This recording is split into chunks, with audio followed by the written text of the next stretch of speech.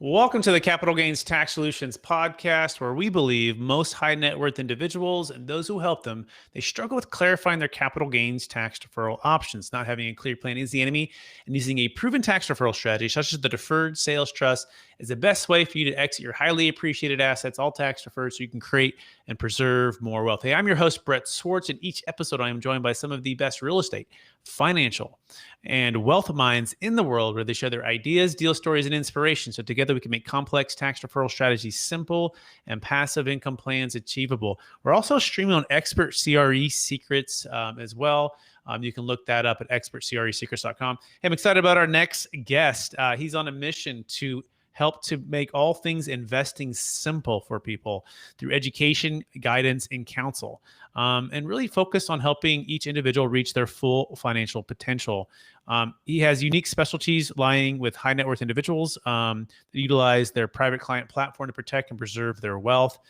This has helped him position himself to help his clients become more financially independent and secure. Please welcome to the show with me, the Scott Jarrett. Scott, how you doing? I'm great. Thanks for having me today. This is great. Excellent. And for our listeners who are just getting to know you for the first time, would you give us a little bit more about your story and your current focus? Okay. Yeah. Back in 2003, we started a company called Jared Bunch Consulting. Recently, we rebranded to Invest. And our whole mission was to educate, guide, and counsel people toward reaching their full financial potential. And we've created financial engines, almost like a family office structure for our clients, where we help them organize all their financial information, help them weigh and measure financial decisions. And over that journey, over all those years, we found that there's actually a proven process for giving people to really live the life they want. So we put this into a book called Future Hack. And from working with high net worth people that have either exited their businesses, have developed real estate, however they've built their wealth, there's been a pattern of success that is actually replicable.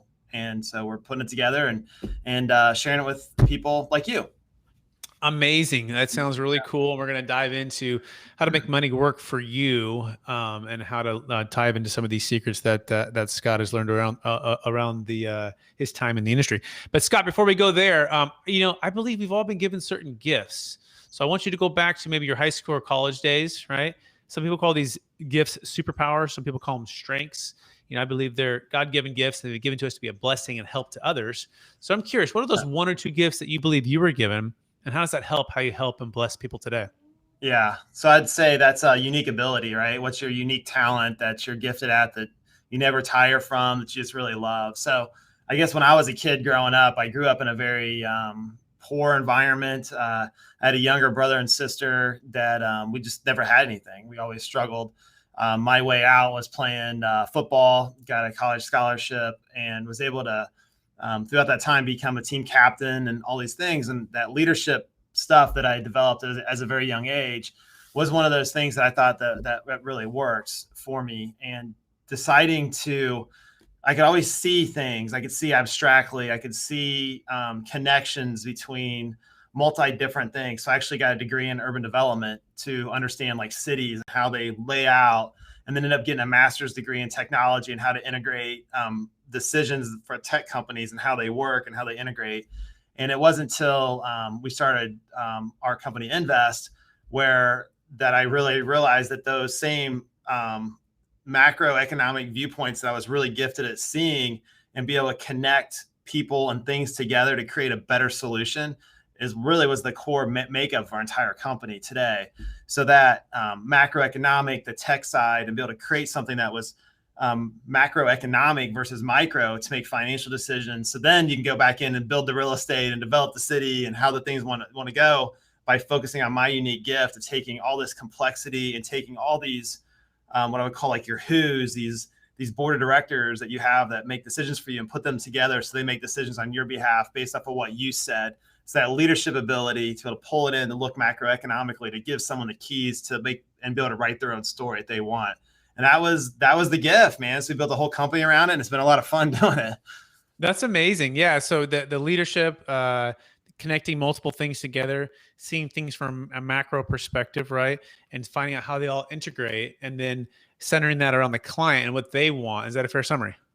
Yeah. Yeah. Just like with Oh, capital gains, right? You got a lot of people in play.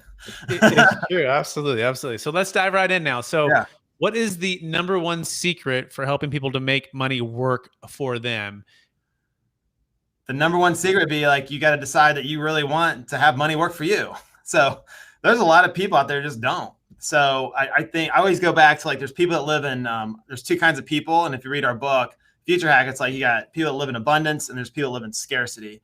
And a lot of times people are like, well, I'm afraid to take and understand how paper assets work, how to create certain things. So what happens is they end up having to work their whole life trying to create something, but they never get to the position where they can actually have trust and faith that they can actually manage their paper money the right way to be able to make something work. So that way that can create an engine to really give them what they really want, which is basically, we talk about these 4 freedoms. Like they want freedom of their time. They want freedom for their money. They want freedom for their relationships, and they want freedom for their purpose. Like, what's their bigger purpose? And when I really carve it back, I find out really, why is it you want this money? What is it for? And it's usually for these freedoms that they're searching for. And if I can create a world where they can get to the point where they can do that, where they can focus on their unique ability to spend their time doing what their purpose is, that'll give them the freedom to do what they really want in this life. The hard thing is for most people is they never can slow down. They're so busy to actually be able to sit down and write that out for themselves, to get really clear, intentional on what their core focus would be based off of what their unique talents and gifts are for them. Excellent. So abundance mindset versus scarcity mindset, and then working through the 4 freedoms: time, money, relationships, and purpose. And once you define that, have a plan, have some coaching, training, consulting, right, advisor on your team, you can help bring that together. Is that a fair summary so far? Yeah.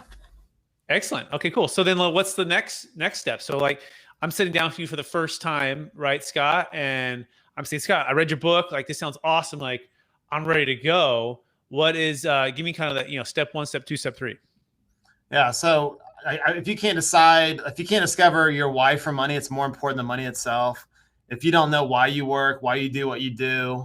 So we've created a program to really help you clearly identify what you're going for. So like the first step is to really get clear and intentional with what you want. The second step is you have to get organized in just what you have. So back when I was in urban planning, we would literally map out like an entire city. Like, here's all the locations, here's the roads, here's how all the infrastructure works. When I got into technology, it was like, oh, here's the full data network for an entire organization, how it works. Well, our financial lives are no different, and we run our businesses in a certain way, but rarely do we run our personal life in the same way. So the second thing you have to do is get organized. And a lot of times people don't even have, we call it like a financial junk drawer. It's like over time you start accumulating more and more stuff and just gets piled into the drawer. And it's like, well, where is it all? And like when you go do your estate plan, for instance, the estate planner sends you this big questionnaire, fill this out. The banker sends you another one, like, here, give me your net worth statement. A lot of times people don't have their organized money into a financial way where it has an actual financial model that you can weigh and measure financial decisions on. So until you can get organized and you can get the data to organize on a daily basis, you can't even make financial decisions because you don't have a financial model, or what I would call like a financial game board, to really play this game that's driven toward this bigger future that you set for yourself. That sounds amazing. So I want to talk about this financial game board. So walk us through how you help folks to set up a financial game board. So, you meet, ideally we aggregate financial data. So back to the tech days, we're in the information under management business more than anything. So we're pulling down financial information, and we look at things 4-dimensionally, just like you would look at like like when you meet with a, like for instance, a business would have a balance sheet. They would have like a net worth statement. They would have cash flow, and they would have a risk management plan. So personally, we do the same thing. We look at them those 4 ways. So we have a net worth. So it's assets minus liabilities. Then we look at cash flow. So what's your cash flow, money in, money out? And then we've got protection. So we literally have 4 domains, and you look at things 4-dimensionally. So every decision you make will impact all 4 domains. So for instance, you have a highly appreciated piece of property that has a liability associated with it. So you have a loan. So that's a net worth. It produces cash flow. And then you got to insure it. So there's 4 things that piece of property does. If you sell it, and if this is capital gains we're talking about, now your asset goes away. We have a deferred liability that's due. And then we might have an impact to our cash flow that's now out of our pocket, and then the protection goes away. So that decision, if we keep it or sell it, we make the decision. So now I can weigh and measure what happens. And then if I have a capital gains tax, what's the lost opportunity cost on that money, and what my future balance sheet would look like 30 years from now had I paid a tax or not. So now I can start making financial decisions four-dimensionally versus just saying, oh, that would be good, that would be bad, based off of one opinion of an attorney or of a friend or business partner or whatever. It's like, all right, let's put this on paper. Let's actually weigh and measure that decision so I can take my emotion out of it. My job's not to decide for the client. My job is to help them discover what's their best way to do it. I think that's so powerful, Scott. And obviously that's why you wrote the book, right? And you've been able to articulate this so with so much clarity. And I want to just step back and summarize this for a second. But by the way, you can learn more about Scott Jarrett at invest.com, and that's spelled invest.com. It's all coming together now. So urban land, background, right? You're looking at everything from from the top down, discovering, what parts of the city, would be good for a park, what parts of the city would be good for the business district, parts for the downtown, for the, for communities, for family, all of these things kind of fitting together on a macro view to build, a city that's well functioning and has chances to grow well, right? Let's just put it that way. And it's the same thing with our net worth, with our cash flow, with our asset protection, with our values of our assets if we're selling, and making these decisions not in these little mini silos, but on these four foundational ways of building wealth. Is that a fair summary so far? Yeah. So you're taking the four critical domains, building a financial game board to allow you to weigh and measure financial decisions based off of your true why. Amazing. And I want to make sure I got those right, because I have net worth, cash flow, protection, and then what was the fourth one? Liabilities. Liabilities. Got it. Okay, perfect. Like excellent. Okay, so now yeah. Okay, got it. Cool. So now we're looking macro, right? And I like the way you put that with the capital gains tax, because there are times, like for example, in California, for really where I'm at, you got folks that are looking at big challenges with rent control now, right? With California wide, with eviction control and challenges with COVID, with their loans coming due, right? With their age and their health and their time and their energy, right? There's the huge, massive amount of wealth that's going to be transferring. And a lot of my clients, before they meet us, they feel like they're trapped with this capital gains tax, or they're trapped with hiring property management or having a 1031 exchange. I had one client, his name is Peter, and he's driving from Marin, California to Sacramento about 3 days a week. And he's fighting traffic 2 to 3 hours each way, kind of a bear. And he's like, you know what, Brett, I have 18 problems. And I go, well, why don't you just do a 1031 exchange, or a Delaware statutory trust? He's like, Brett, I have 18 problems. He goes, I don't need 36 problems, right? And he goes, on top of that, I need some flexibility with my cash. I need some liquidity, some diversification, the ability to purchase insurance if I want to go back into real estate should I want to, or to maybe never go back into real estate if I don't want to. And he goes, that's why I'm choosing the Deferred Sales Trust. And it's interesting, as you're breaking these things down, those are all the things he was looking at. He asked about cash flow. Well, can I get cash flow? Yep, you can get cash flow from the trust. How much? Well, you can turn that on or turn that off based upon your needs, right? Protection. Well, I no longer own the asset itself, right? So therefore, I can't get sued by a tenant or somebody else because he is lending it to the trust. So he gets some asset protection. He's also able to pay off debt. He had about $550,000 of debt. And he goes, Brett, I went through the '08 crash and I had to claw my way out of that. And I was able to hold on for a lot of my stuff. But guess what? I don't want any more debt at my age, right? And then the last one was, I guess, protection would be just he's not having to get asset protection because he's not owning the asset. But all that being said, I love the way you break that down. So would you give us maybe a clear example of a client that you've helped recently, and what was the biggest kind of aha moment for them, and how does that help them build their wealth? Well, if I was talking, so your friend here, the one you're talking about was making these hard decisions, you could hear the scarcity coming into their mind. Man, '08 and '09 happened, and I don't want to have debt. It's bad, right? I just want all this stuff. So that's a lot of emotional stuff that I hear, because right now you can borrow at like next to nothing. Capital gains are the lowest they've ever been, right? The market in California has gone absolutely astronomically high. So you've got huge. So it sounds like a cash flow issue, right? So in the four domains, right? So how do I manage my liabilities? I got a good asset that's generating, and now I've got cash flow. So the right answer would be to look at, okay, what is it deep down that you're afraid of? Because I'm sure you can rent these places out and do that. But if it's a regulation change, things out of our control, the market's at a high point where it's got to change, then maybe we do have to look at the investment specifically on those 4 critical domains. It may be a good time to exit the strategy. So I would start to really dig into, there's something at the root of that fear that he has, right? That we got to pull that thing out of, right? So we got to figure out what it is. But to me, it's a cash flow problem, because ideally I would structure that debt, push that out longer, keep the cash flow lower. So if you do have someone coming in and out, how do we maintain that? And then maybe we actually go buy more real estate. Use the equity that's built in and create more opportunity for you. Buy life insurance to pay the tax. If we continue to have step up in basis, this could be a really good asset for you for a long period of time. But we got to figure out really what the root is of it before we start looking at what that is. So any client that comes in, so we had this exact same question that I had with a client. I have a business that generates a couple $1 million in revenue to me in my pocket. It's in the home healthcare space. And I've got a private equity fund. I think I want to sell it. So a private equity fund comes in and offers them $150 million for this business, and it's generating only this much cash flow because the multiples are so high of what they can get for this thing. So now the question is, do I want to pay this capital gains tax, right, and worry about it, or do I just want the cash, right? And then how do we do it? So those are decisions, but at the end of the day, at that multiple and what we're seeing, like especially in real estate, especially in California, it's out of control. But you do have regulation issues. So it's like, how do we weigh and measure those things, those tangible assets, the intangible assets, and make that decision so it's not me and you giving them the decision, them discovering. But if that's the decision they do, it's time to exit, it's a high market, I'm going to sell it to California and go buy cheap real estate in Arizona or wherever, right? More cash flow stuff. What's that look like? Or I'm done and I want none of that headache or risk again. Then what's that look like? Yeah, very well said. I like the way you said that. And I think for him, it was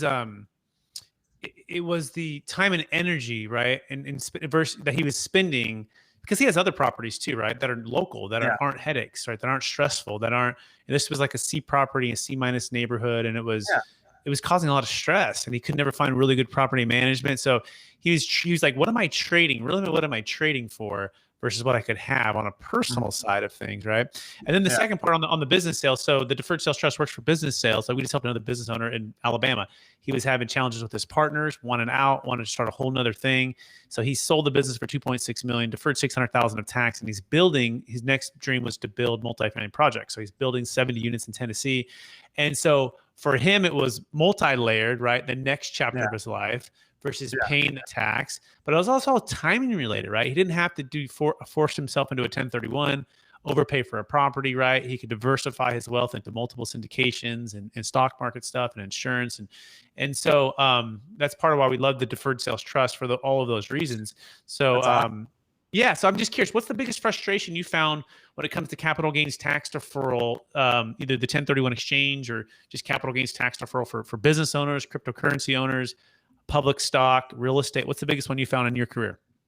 I'll tell you, the trust thing you're talking about has me very intrigued about how you guys structure that, because it makes a lot of sense to take a highly appreciated business, if you can move in that environment, defer it, because we use a lot of lines of credit. I mean, we look at, there's two kinds of debt, right? You have debt that's good debt, and you have good debt that's bad debt.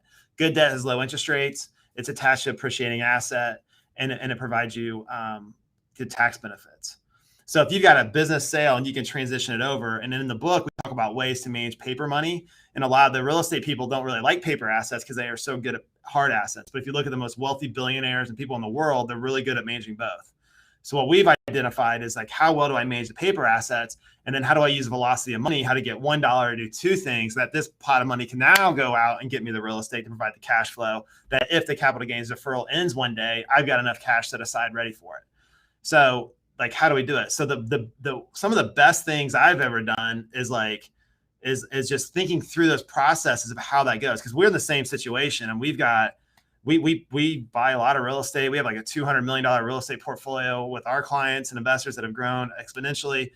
My friends that I went to school with in urban planning have become very successful real estate developers. I've got a friend of mine owns $1 billion in multifamily. I've got another one that owns them in office parks. I got another one that does hotels. I've got retail strip malls. So we've got a lot of expertise in these different areas, restaurant, food chains, different businesses and stuff that we've really worked with that have expanded it. But what you find is if I can keep that capital at work and then go get it again and again and again, that's velocity of money. How many times can you get that $1 to roll over? So it's how do you manage the tax that's there? Like in your case, this is deferring it. Okay. But today capital gains rates are so low, with the potential of it being ballooned in the future. They're talking about getting rid of stepped up in basis. Like, so it used to be just let it defer, die one day, get a step up, put it in your dynasty trust, have life insurance, double your estate, and you're like off to the race. Like you just spent all your money, enjoyed it, and then left it to the next generation. All's good. So it's that political structure that we don't know is uncertainty. So it's like, what do we manage these things now? But as you can create more income and profitability, so when the market does correct, and it will, and when the bank says, hey, that's my money, I want it back, well, it's their problem, not mine, because I've set myself up in a way where I am in control of my money to be able to make those decisions. But I'm not making a decision for a tax that I don't know if it's going to be higher or lower in the future, what it's going to look like. I'm just being as effective and as best as I can right now in present positioning, knowing that the world's going to look very differently in the future. So what's the most economic decision I can make now? And then I start looking at, so we open up opportunity zones. So we've done numerous opportunity zone transfers. We've done we've set up self-insurance companies to take ordinary income to capital gains in a roundabout way, if you do it right. So we've set up a lot of those different things. We've done 1031s. And then we just said, you know what, we're going to pay the tax and we're going to finance it over 10 to 20 years. We're just going to use these low interest rates they are, lock in credit swaps on the money, and then defer it out for long periods of time. So those are the kind of so much knowledge there. It's like we could make like a dissertation paper on that. Yeah, I get all fired up. Yeah, no, absolutely love it. And I think we should chat even more offline and explore the deferred sales trust could do, because a lot of stuff that you're saying we can solve for. Like we can eliminate the need for the stepped up basis. We can eliminate the need for estate taxes. We move funds outside the taxable estate, and it's unlimited. And it's really remarkable what it can do. And to me, it's the best kept secret. People don't know about it. You can also get brand new depreciation schedules by partnering with the trust. So many things here. So that being said, we are running out of time. Are you ready for the lightning round? I am ready. Let's do this. Okay. Knowing what you know now, if you go back to your 25-year-old self, what's the one golden nugget you'd make sure to tell yourself to do? Dude, you got to be you have to think future focused. Like you have to think in the future. So here's the deal, man. You only have so many hours. So what you just said, I'm 25 and you're going to have so much time left. You're going to have to identify what that looks like. So you only have so many hours to do it. So if you're going to wake up every freaking morning, what are you going to do first? So you need to write down every single action item that you got and what's the level of importance. That's what most people do, right? Write down all the things you got to do and what's your importance. What you got to do is you got to add a third column. What's it going to be significant today? What are you going to do that's absolutely significant that's going to change? So you got to think about your multiplier self, what your self looks like in 20 years from now. What is different? I didn't learn that until I was like 5 years ago. I really started to embrace that because it was always about these action items and this. Now it's like, how do I take what I can do and then 10X? What's the significance of it for my time? And how do you build that? And everything else has process. You build process and procedure for everything else. So like your friend who's in there, so maybe his significance isn't doing that kind of real estate anymore. We have to eliminate that real estate. Let's focus like on my friend. They know very specifically what type of multifamily they're doing, what the parameters look like, what private equity funds they're working with, what type of capital they want to take on. So it's very clear because they have levels of significance. And that's why those people get to the multi-billion-dollar realm. So if I can went back and told my 25-year-old self, say, yo, quit doing the same stuff over and over again and getting stuck in your own head, start thinking about it this way, and you're going to exponentially grow yourself. So now you're not 10Xing every 5 or 6 years, you're doing it every year. Okay. Absolutely love it. I've got to have you back on. We've run out of time here, but there's just so much more we can dive into. So I can tell you if you're up for it, Scott, Jarrett, we'll have you back on for another time just to dive in even deeper to some of these things. But for our listeners who want to get in touch with you, would you remind them one last time where they can find you? Yeah, we're at invest.com, INVST. You can always also reach me on email, Scott@invest, and we're pretty much everywhere. So Future Hack My Life. So we got all that stuff. Got a book, download it, read it. It's got all the secrets there, man. The little hacks to live like you want. We love hacks here at Capital Gains Tax Solutions, also stream on expertcresecrets.com. Hey, for our listeners, Scott, on behalf of us and myself and them, I want to thank you for being on the show, sharing so much wisdom in this short period of time. I want to encourage you to keep using the leadership you've been given, looking at things on macro level, the gift of looking at viewpoints and connecting the dots. We've connected some today, and I hope to do some more in the future. So I wish you well, my new friend. And I also want to thank our listeners for listening to another episode of the Capital Gains Tax Solutions podcast, also streaming on expertcresecrets.com, where we believe most high net worth individuals and those who help them, they struggle with clarifying their capital gains tax deferral options. And also sometimes their wealth options on how to view these things and connect everything on a macro scale. And using strategies that Scott's talking about and the Deferred Sales Trust are the best way for you to grow your wealth. I'm your host, Brett Swarts, and I want to encourage you to please invite somebody, share this with somebody who can get some more knowledge here, and go to capitalgainstaxsolutions.com. By the way, if you want to learn more about the Deferred Sales Trust, that's capitalgainstaxsolutions.com. And we appreciate everyone out there.